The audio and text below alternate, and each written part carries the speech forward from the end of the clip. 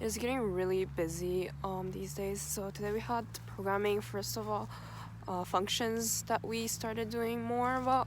We were doing like absolute values and square roots and all those like simple functions until now, but now we're adding all the more complex and even invented functions. So now we can create our own function and then call it. So like basically naming it, and we can use it whenever elsewhere in the code when we're programming something. So then the key here is to not print the function itself unless you want to actually activate, like to actually use the equations in your function.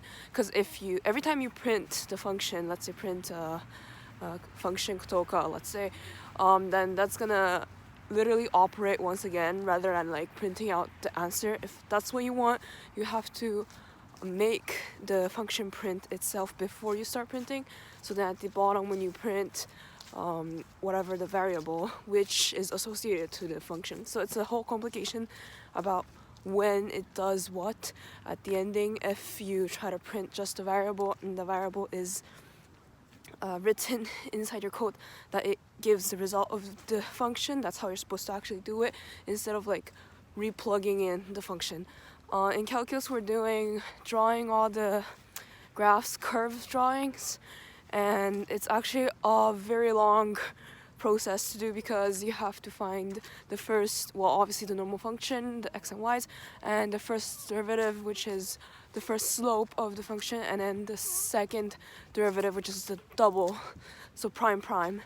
And on one graph, it can have all three of them like at the same time. So then basically you have all the points that are special points, maximum, minimum, all the increasing, decreasing, concave up, concave down, and there's the slope of the slope, which is basically if it is concave up, it's a positive slope. If it's concave down, it's a negative slope. All that has to do with whether the slope is increasing or the slope is decreasing or increasing, and all that needs pure practice. It's not even that hard, it's just that you need to practice.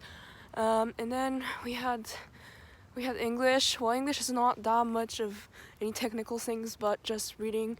And basically, if you read, you get good grades, I'd say. The essay writings, I think it went pretty well. We're gonna go over it probably in a few classes when the teacher gets to actually correct it. It was our midterm. It counts for like 20%. And in mechanics, we're doing torques, but torques with now like more angles and how should I say, more masses, and there's the center of mass that we're doing right now. Basically cutting the object into pieces, and then their radius.